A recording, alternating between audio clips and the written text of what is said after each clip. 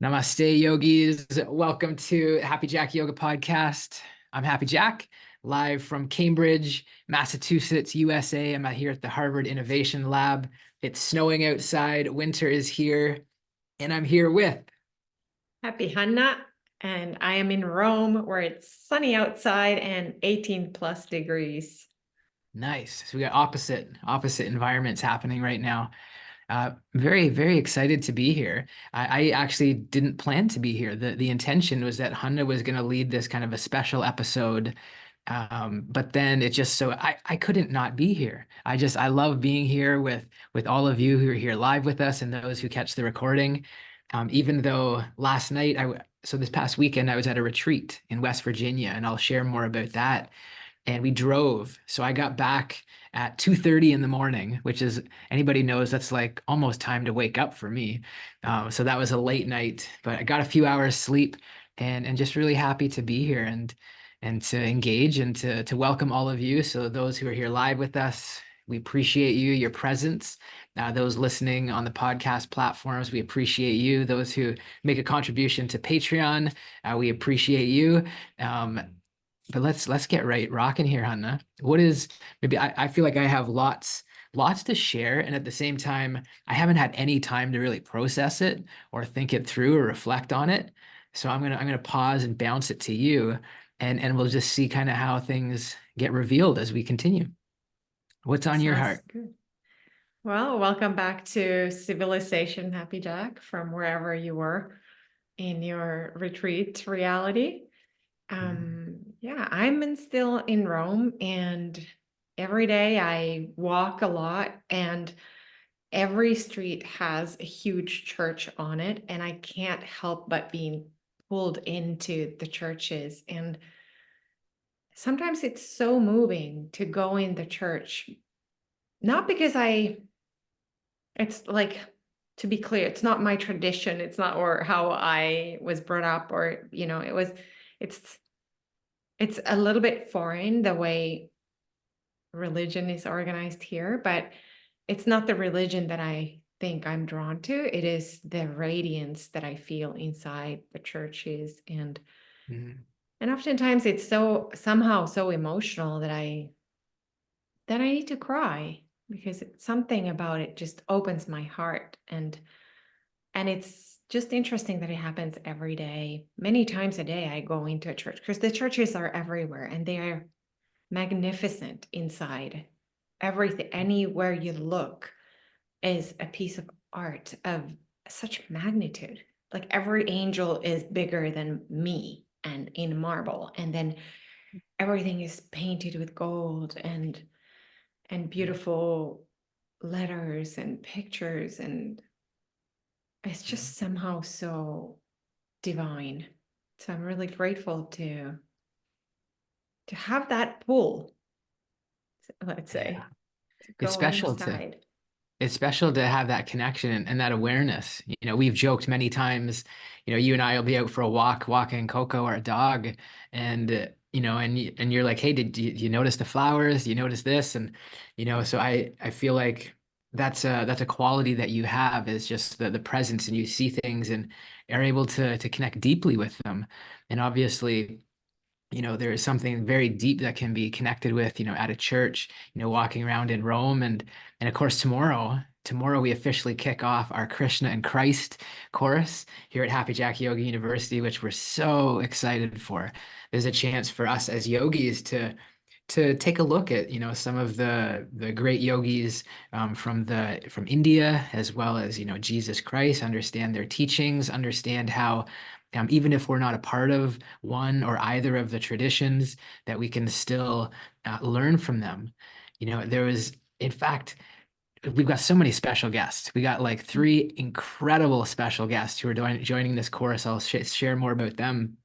But one of them, my professor, Francis Clooney, who's a professor at Harvard, 55 years as a Catholic Jesuit priest, which is like the churches you've been seeing, 50 plus years studying yoga philosophy. And so what I love about him is that he's so open to these different traditions, even though he belongs to one. And I was looking at his list of books he's written. He's written dozens and dozens of books, and one of them that he wrote like 30 years ago, it was, yeah, the title was um, Hindu Wisdom for All of God's Children. I just thought that was really beautiful that he can, as a Christian, that he's able to study these other traditions and these other, faith traditions, wisdom traditions, and recognize, hey, there's wisdom here for all of us. And so I think it's really nice that you, Hanna, are able to go into these churches in Rome, and even if you don't belong to that particular institution, you're able to see the beauty and the radiance and really connect with it. That's pretty special. Yeah, it is. It's like, I don't know, there's something human needs beyond every tradition, maybe. There's a reason why humans are drawn to spirituality since Yeah. forever. And I mhm. mean, that's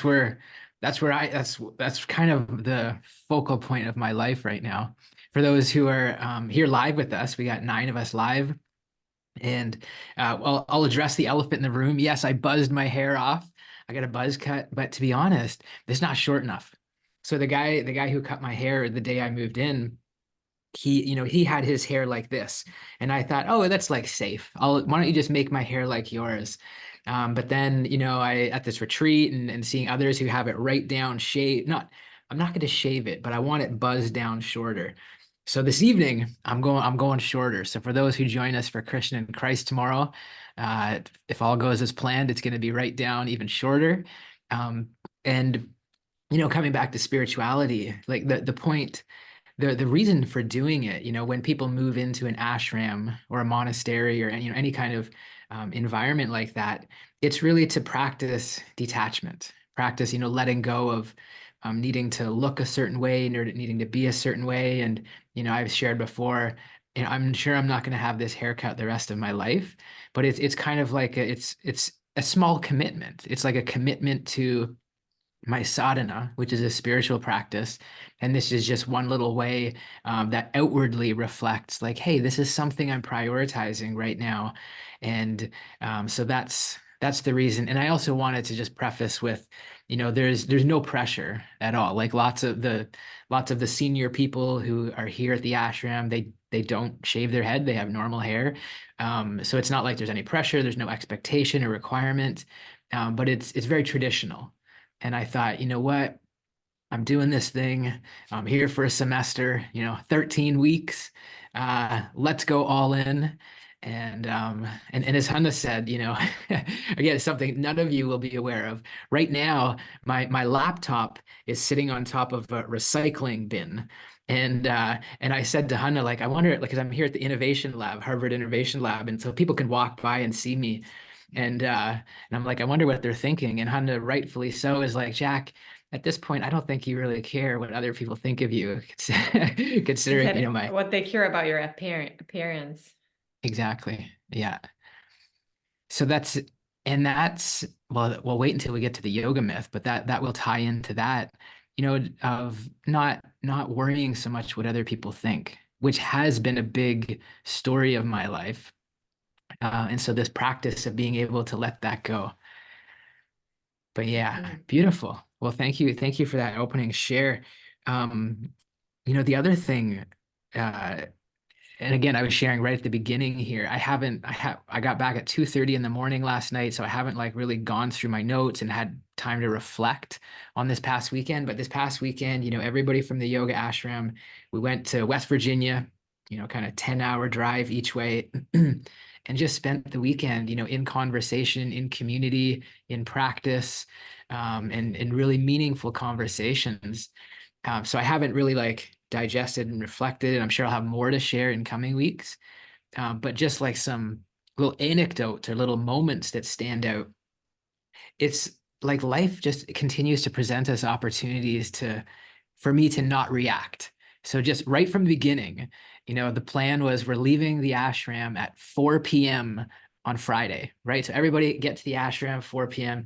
Hanna, you know where this is going. How many times we've done retreats and we've done things in India. Well, this is the ashram is basically little India, right in the middle of the heart of Boston.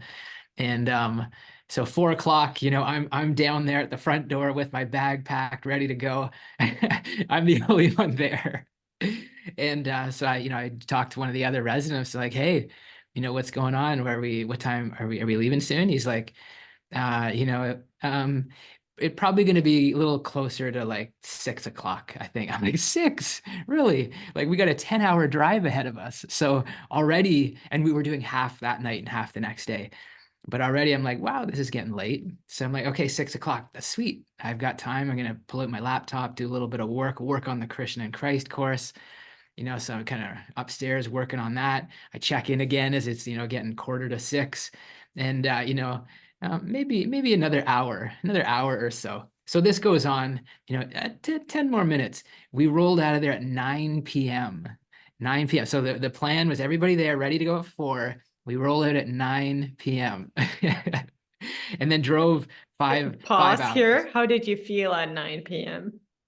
It's past your Well, usual bedtime, like it's past hours my it's later. past my usual bedtime, exactly. Now I didn't have to drive that night, so thankfully, and I had a driver that I trusted, so I was able to fall asleep in the vehicle. We drove halfway, and then we stayed at a motel, so that was all good. It was just I was excited to be there. I think that and I think back to my time when I went to India and I took that one-way ticket, and this kind of thing happened all the time. Like, schedules didn't plan, things didn't go as planned, but I didn't have anything important I had to deliver the next day. I feel like that's the key thing for me. And so, because we were on this way to the retreat, I didn't have to lead anything, I didn't have to present, I didn't have to be at my best. So it's like I was able to surrender. But I noticed what the hardest time for me to surrender is like when we're in India, for example, and we're leading a training and we're responsible for the students, having a great time, we're responsible to create the whole experience. And then when things don't go as planned, that's more of a challenge, more of a test for me. But in this case, yeah, I was able to completely let go. And it was just so beautiful. I think also just the way that we got into our hearts. Like as soon as it was so beautiful, as soon as we get into the vehicle, they start, singing a song together and chanting this song. And the one time I was riding with this family, so there was the mom, the dad, and two little girls who are 5 and 7, and like without anybody saying anything, like as soon as the car started rolling, they all start singing this song together, and it's basically like a prayer for a safe journey. And it's like it brought tears to my eyes. It's like, how cool is this? I mean I have lots of beautiful memories growing up as a kid and doing road trips and stuff, but there was something really special about a family that sings together, and a family that you could say prays out loud together, of like praying for a safe and a happy journey. And it's just normal. That's just how they operate. So Now that you that know was the song. I do. It happens to be a song that they sing in the ashram every morning as part of the program. So I'm learning it. I don't have it perfect yet. But yeah, it's what a way to come together. That's yoga, right? Yoga, that connection, that union, and getting ourselves into our heart. I So that love was that. sorry? I love that. That's Yeah. beautiful. Yeah. And now if I'll just as things kind of come to my mind. So then the next day we're finishing the drive on the way to the retreat, and I offered to drive because I got a good sleep kind of the night before. I'm driving and it was time to get gas. And this was interesting. So I saw there's a gas station. I got off and was about to start filling, and they said, "Oh, this gas here is very expensive. Let's keep going until we find another one." And and I was like, what I recognized was I may be embarrassed to say I don't pay attention to the price of gas. Typically, it's relatively similar. Sometimes it's really high, sometimes it's a decent price, but usually it's similar. But I just get off the gas station that's convenient and fill up with gas. And they were quite, really wanting to save their Lakshmi, as they would say. Lakshmi is like kind of represents wealth. We want to save our Lakshmi and go to another one.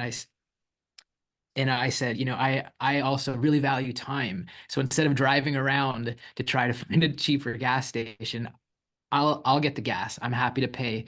It's going to cost us an extra $10 maybe to fill the tank right full. But that was just like an interesting distinction, and it's not like, but it's something I want to, in one way, I want to learn from them the value of, being maybe more mindful and more intentional, and using our resources to their fullest. I think that's something that is really wise. Um, and I guess I was also in inquiry kind of on my side. It's like, I was to say we're on a 10-hour drive. So like instead of like how many times are we going to kind of drive around or look for less expensive gas stations? So I don't know what the right answer is. I guess we do our best to find a good price, and also to manage our time wisely. But that was just a little bit different culture. And they basically shared with me, they're like, yeah, the way we were brought up with our parents, like this is just what we do. Like if we go to a shopping market, they they would go to every single store but not buy anything. Like they would go look at all the different options, all the different clothes, and then once they knew the best value, they would go back and purchase there. And so I guess they, coming from India with less potentially monetary resources, really value the, have to be very careful and cautious with the finances. And I guess I noticed my priority, not that I have like a ton of extra money or anything, but I really prioritize time. And so I don't know, that's just an experience I had. What do you think about that, Hannah? Yeah, I think it's great that you have that attitude, seeing it as Mhm. a learning opportunity. Not that you would be someone who doesn't value what you have, but I Yeah. guess we can always improve and learn. And maybe there is a way to meet both needs, like buy Mhm. the gas that is cheap and know where to get it so you don't have to drive around, and then you can use your time wisely. Yeah. Just for fun, for those who are here live with us, and there's no right answer. I don't have it. But for those who are here live, and those who are listening can also still write it down. But if those here live with us, if you feel open, put in the chat what you value more, time or money. I'll be curious. I'll be curious what, and I know it's mostly guys, money. We got a money on there. Love it. We got time. We got time. Yeah. And so we got a mix. And we got some that say, me too, I get it with the gas. Mhm. Did we Different lose things Happy kind of. Jack? There you are. You froze for 1 second.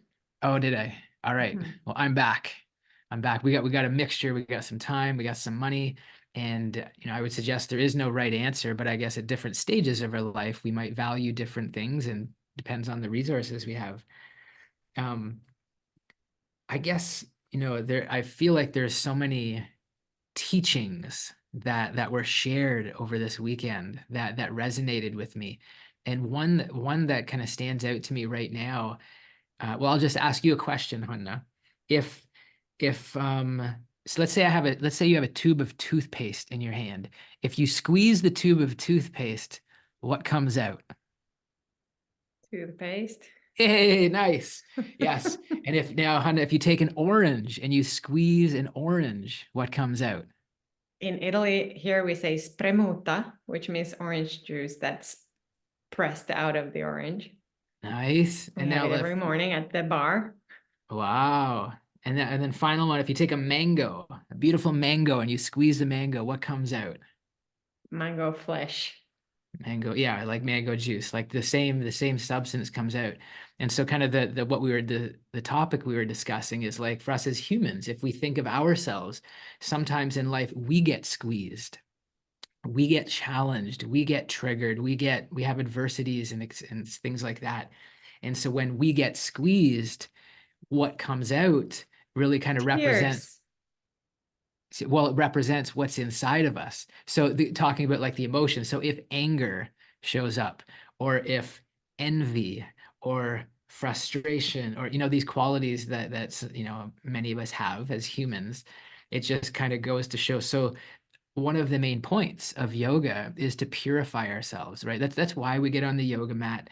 That's why we do the pranayama breathing, or we chant the mantras, or we sit and we meditate, is to purify ourselves, our physical body, our mental body, spiritual body, purify ourselves so that when we do get squeezed, we, instead of reacting and the toxic reactions coming out, more compassion or tolerance or love or understanding. And I know I see you smiling, Hunna, because I'm speaking conceptually here because I'm not there. But yeah, I just thought it was like a nice analogy. I love that. Yeah, definitely. And Yeah. maybe it's also a measure for our spiritual life, maybe what comes out when we do feel squeezed or Yeah. pressured. Even if tears come, that's not a negative thing. But if these are tears of, compassion or emotion, that's fine. But how we react, if we can stay compassionate or not. Yeah.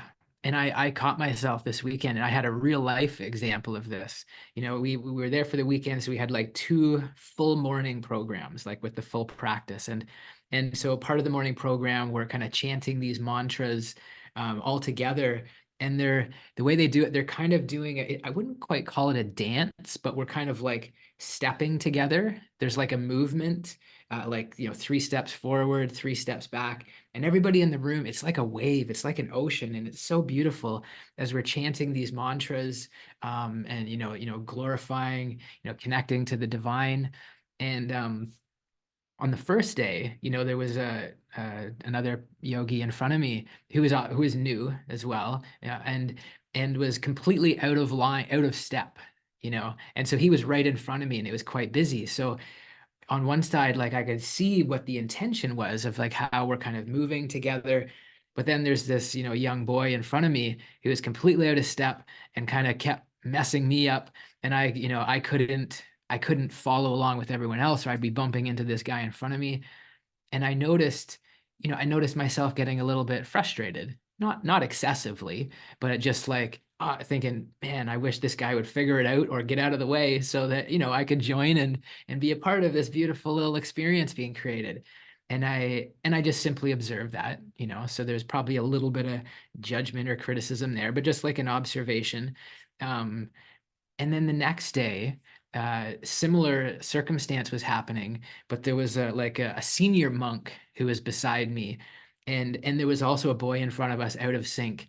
And then the senior monk, just like with a big loving smile on his face, just like held the boy's shoulders and just like kind of showed him, here's how you do it. And then it was a different boy as well, and just kind of showed him, and then he figured it out and joined. And for me, it was just like, huh. So here I am. I sat there and just like observed and allowed myself to get frustrated, and not excessively, but I did allow myself to get frustrated, a little bit triggered, a little bit annoyed. Um, and then I got to witness the next day a more compassionate response, and I observed it because I was so interested in the whole circumstance. And clearly this senior monk was not frustrated, was not judging. He was simply like, hey, I'm here to help. And it actually brought, again, a little bit of tears to my eyes. I'm like, that's who I want to be. That's who I want to be. And that's what I aspire for. This is why I do yoga. This is why I'm kind of seeking spirituality. It's not to liberate myself and go to some spiritual realm. It's not to have a six pack, I mean, those are nice things maybe, but like to become a better person, as Scott said a few episodes ago, that, to be able to become that better person that's more compassionate and more tolerant. One of the mantras we sing every morning at the ashram in Sanskrit, the interpretation is, I want to be more humble than a blade of grass and more tolerant than a tree. And so we think of a blade of a grass, right? It gets stepped on. People are stepping on it in the park, and it's okay. It just like bounces back. It's just like such humility. And of course, a tree is so tolerant, and the crazy snowstorm happening right now on the East Coast, and the wind and the rain and the freezing and just tolerant. And so for me, that's a beautiful quality to cultivate. And I recognize I'm not there yet, but it's nice to be able to witness that.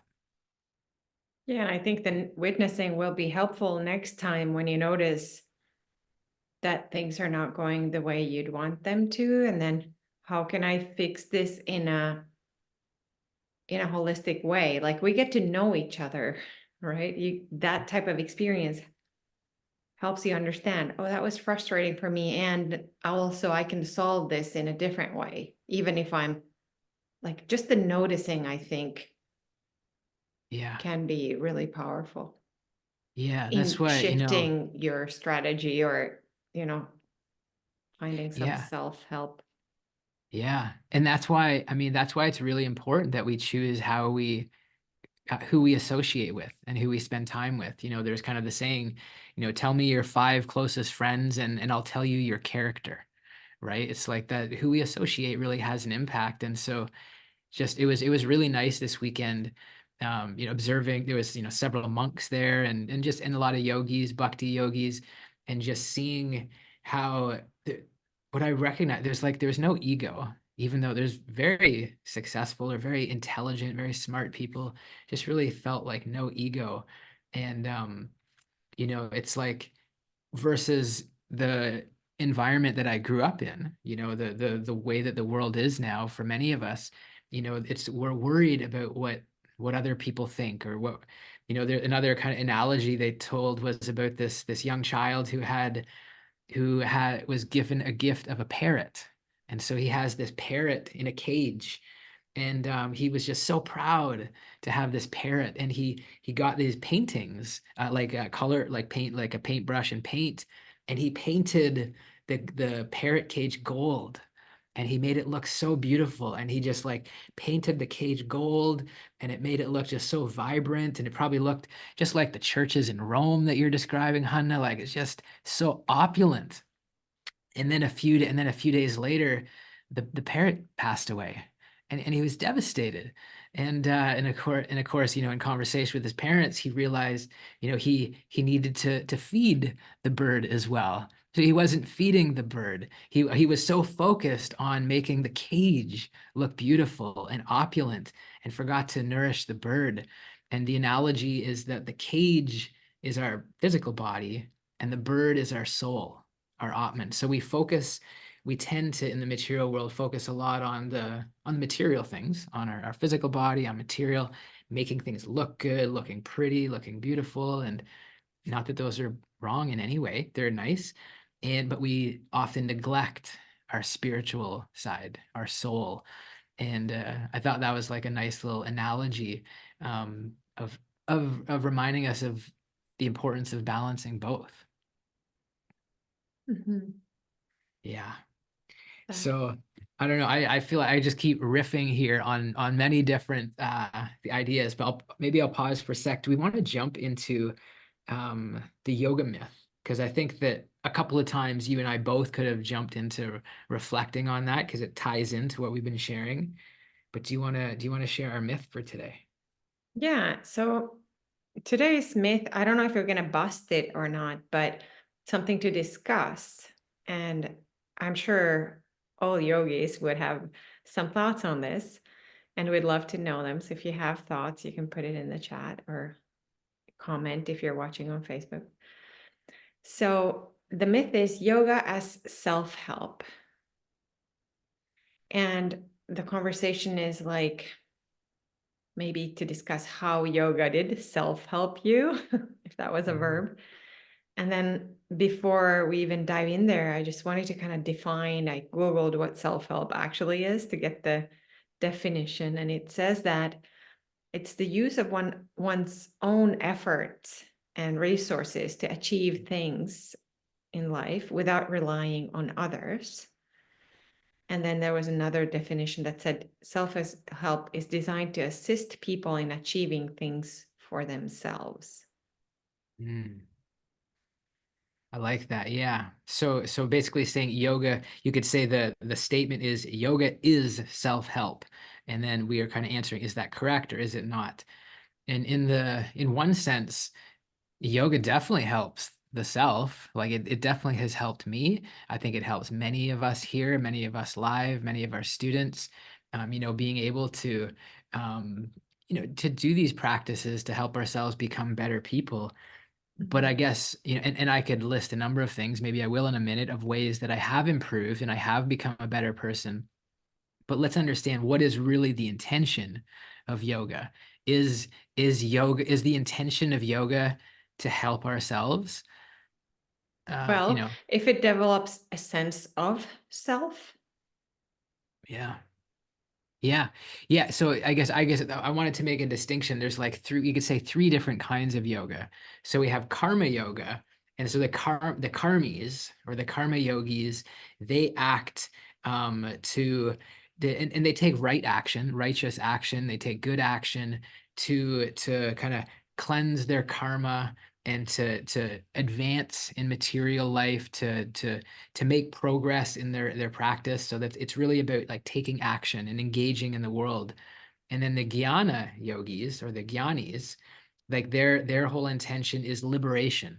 They want to they want to gain the knowledge and the wisdom and do the meditation so they can be liberated and actually get away from this material world. And then there's the bhakti yogis, which we'll be talking about in the course that starts tomorrow, and that's really not about the small s self, but the large s self. And connecting to a higher power, and doing devotional service or surrendering, kind of letting go, recognizing we're not this physical body, but we're a pure spirit soul. So I mean, I don't want to complicate it, but obviously it can get complicated really quick, or it can get complex, because there's different types of yoga.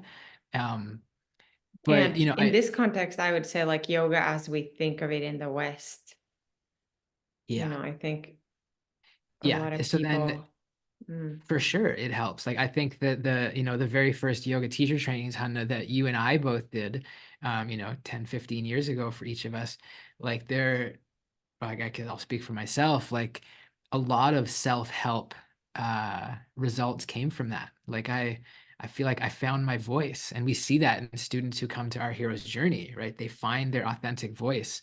I know for me, I developed confidence that I used to only have when I was drinking. Like I had the quote unquote liquid courage. I thrived on liquid courage from the age of 14 to 29, and I had tons of courage when I was drinking. Then all of a sudden get sober, don't have that anymore. Through the practice of yoga, was able to cultivate that courage and that confidence again. That here we are in a room, we got 10 or 12 yogis around the world, and to feel confident to be here with you and to be seen with my head buzzed, my hair buzzed off. That's not something I would have been able to do sober, and before I became a yogi. So there is a lot of these self-help qualities that come from yoga practice, and that we get to see every day through our 200-hour hero's journey as well. So in that sense, Hanna, yeah, for sure. yeah, and I think it's like yoga provides an platform where there's like a possibility to negotiate with life to varying degree,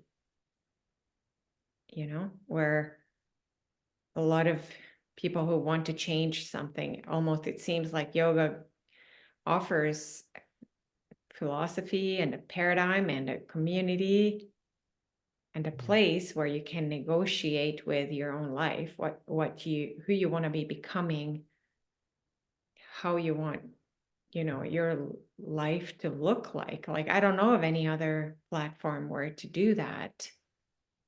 Like even therapy is like it's so one-on-one private, whereas Mm, yoga oftentimes you do it in group settings and you mhm, might make new friends, and especially if you take a training in it, it becomes almost like a new set of people, a new set of friends, mm. a new you, maybe, depending on what it is that each of us would need. Yeah. And actually, just on that, I got to do a quick little side tangent. We definitely, in 2025, when I'm done school, we're going to do a Happy Jack yoga retreat at this center in West Virginia. Oh my goodness, was it gorgeous? And just the location and the yoga space and the, oh my goodness. So I just thought of that when you said when we come together, because it is important to come together. We come together like this in Zoom, and this is very special. And sometimes we come together in person.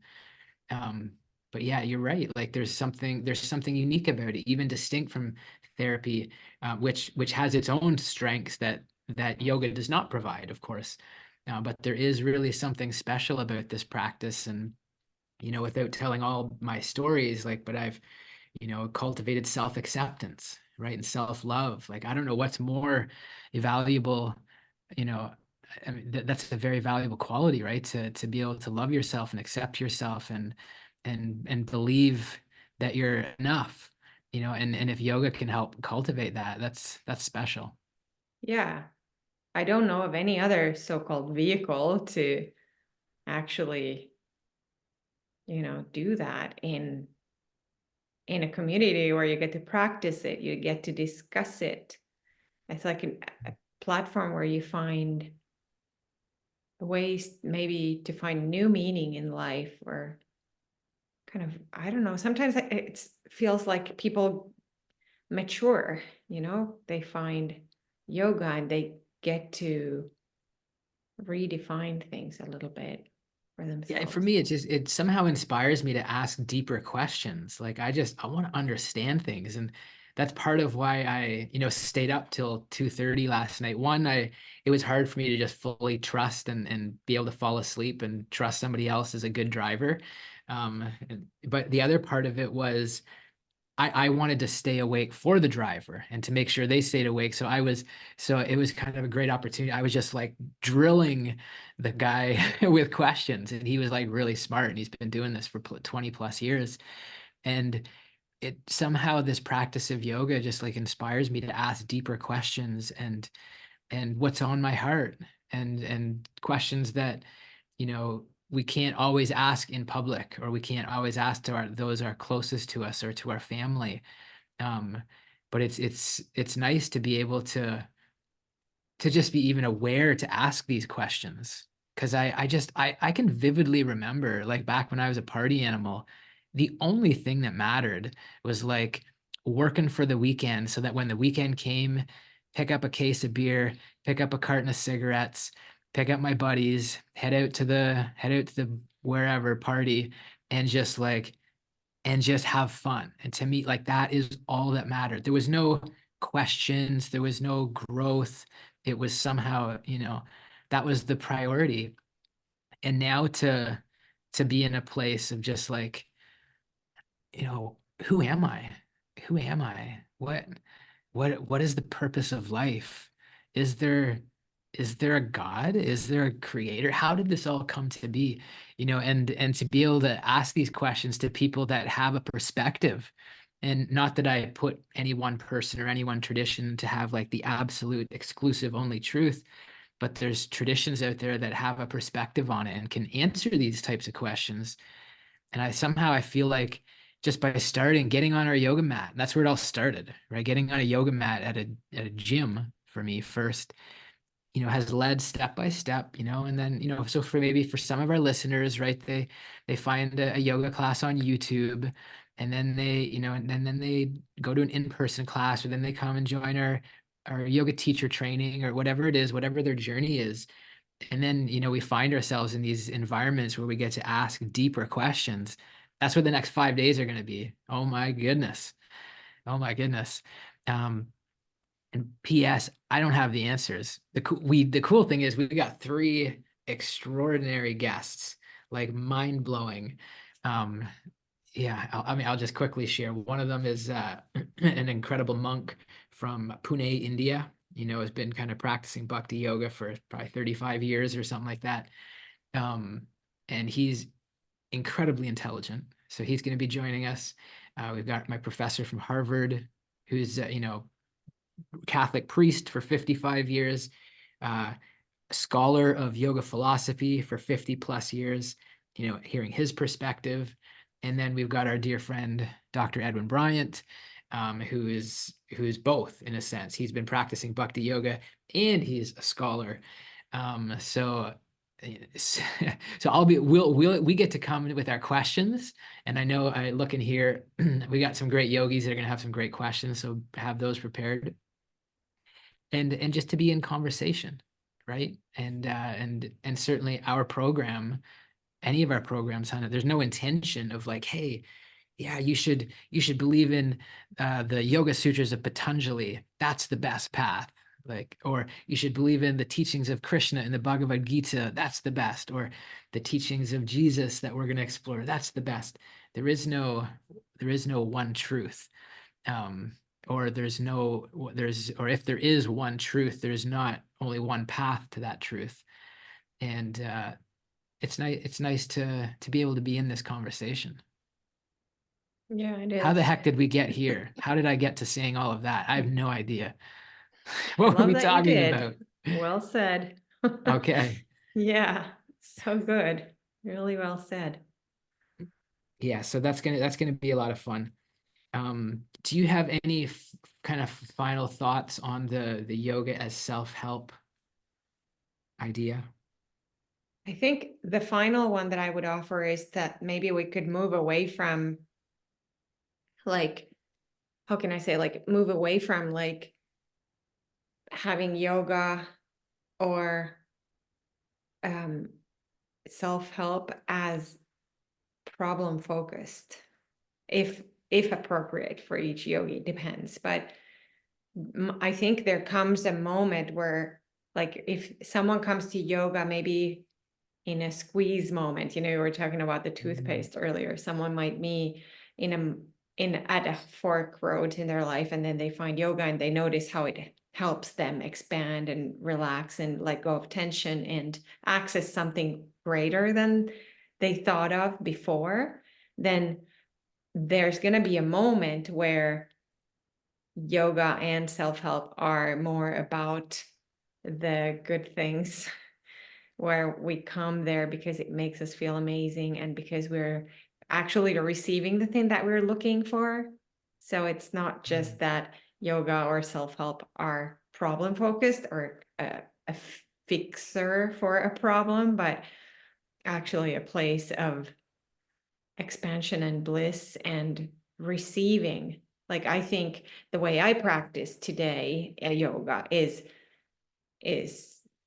to be able to receive mm, life force energy, or receive what I am given, to fully receive it and be with it and appreciate it and transform it so that it might be useful mm. for whoever I meet, whether it's a yogi or not, whoever I'm in contact with, if that makes sense.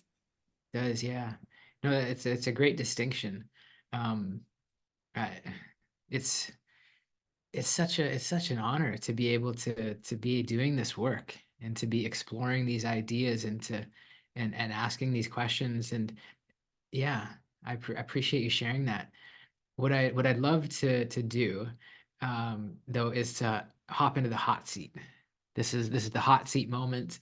Hanna, this week you get to go on the hot seat, which is and transparency. What I do, I like Google, best interview. I just try. I'm not inventing these questions. I don't have any motive or agenda. I just kind of Google some good questions that I think might get you thinking deeply. And then also I would invite, whenever we do these hot seat, I should have said it before, we should all think about, I guess we want to listen to your response, but we can all think about how we might respond to that question, right? And whether we reflect on it or journal on it after. Um, but so the question, Hanna, is what is the biggest risk you've ever taken that didn't pay off? I don't know if I'm someone who takes really big risks. Maybe opening my heart, letting someone in. Was there like a specific time Anytime I opened my heart, it didn't pay off? I guess learning always pays off, but it's not necessarily so transactional. But like that's when I don't know that I think about the payoff, but taking a risk. Mhm. I don't know that I take a lot of risks other than I don't know if I don't know about the paying off part. That's confusing to me. Mm. So kind of, and so kind of the risks we'd say is kind of take is opening your heart. That So feels risky, yeah, because yeah, it makes me vulnerable and I don't know what the outcome's going to be and you know. yeah. So, so what are some things in your past that have shaped the way that you see things now, or the way that you go about your life?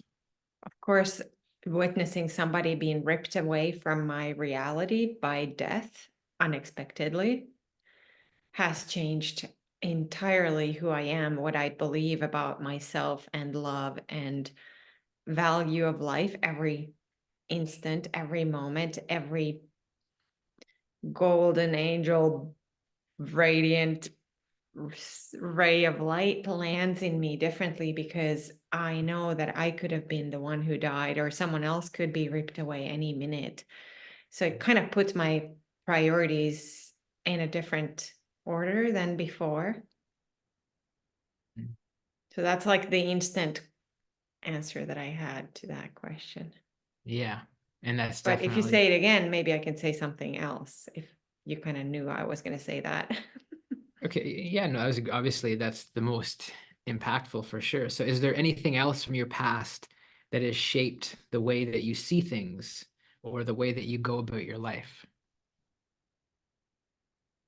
I guess as a mother, having also raised two boys and survived what I did survive, also makes me kind of proud and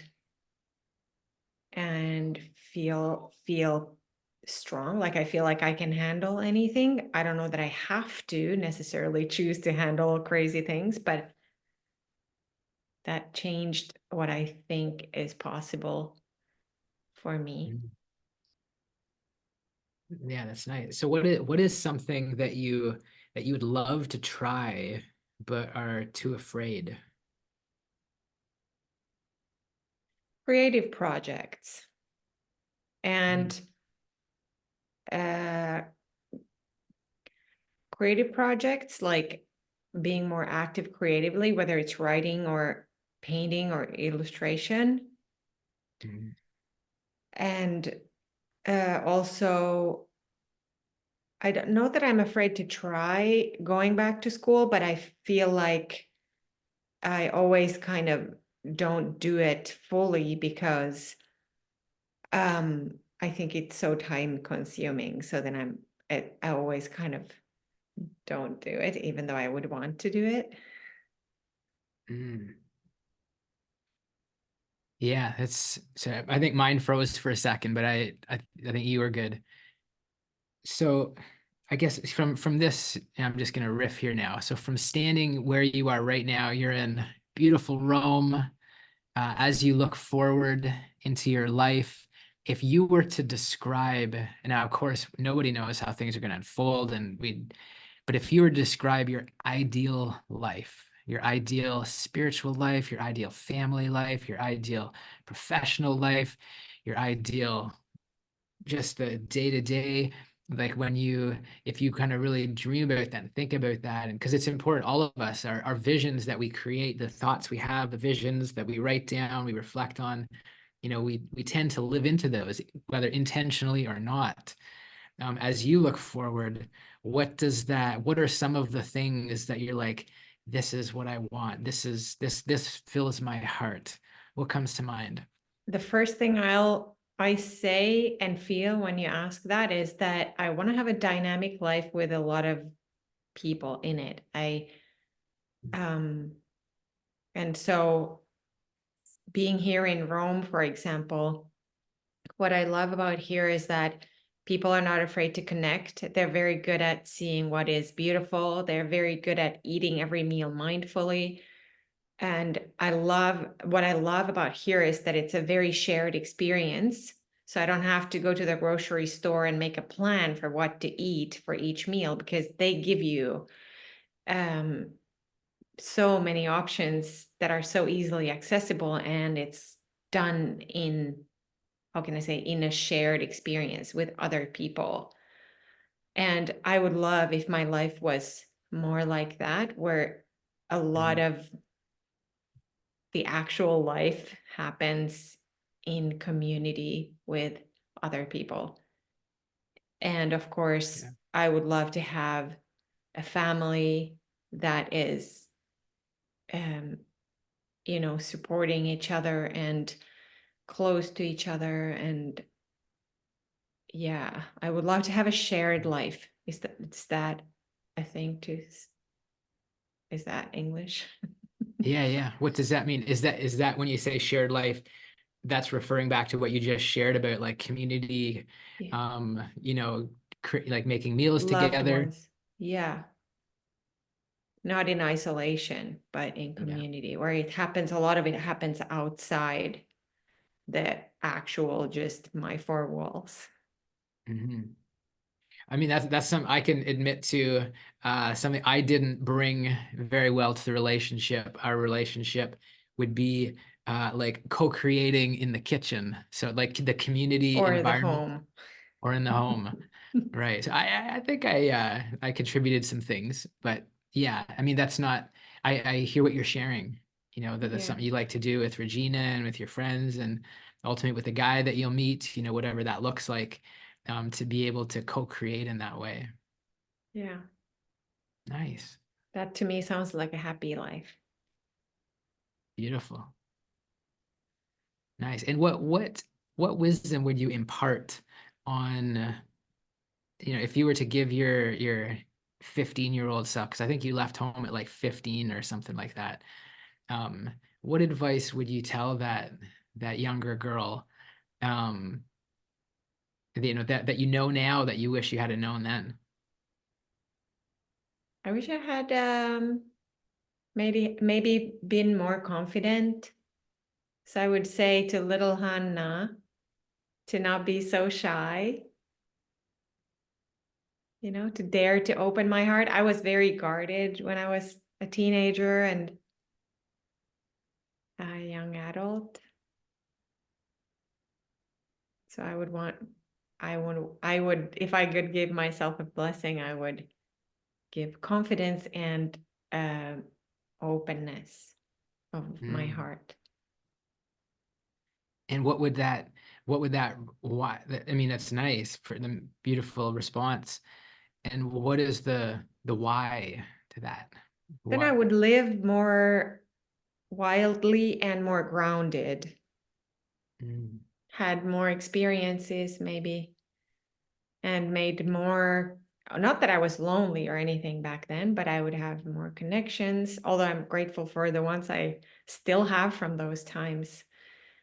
But yeah, mm.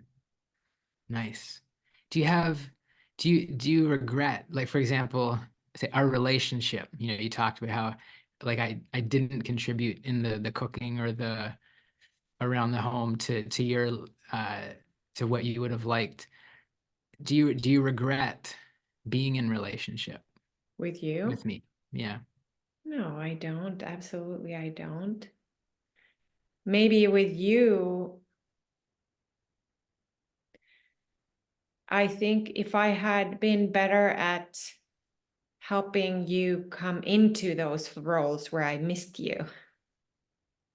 Do you know what I mean? Like if I had, uh, like I also kind of gave up on you.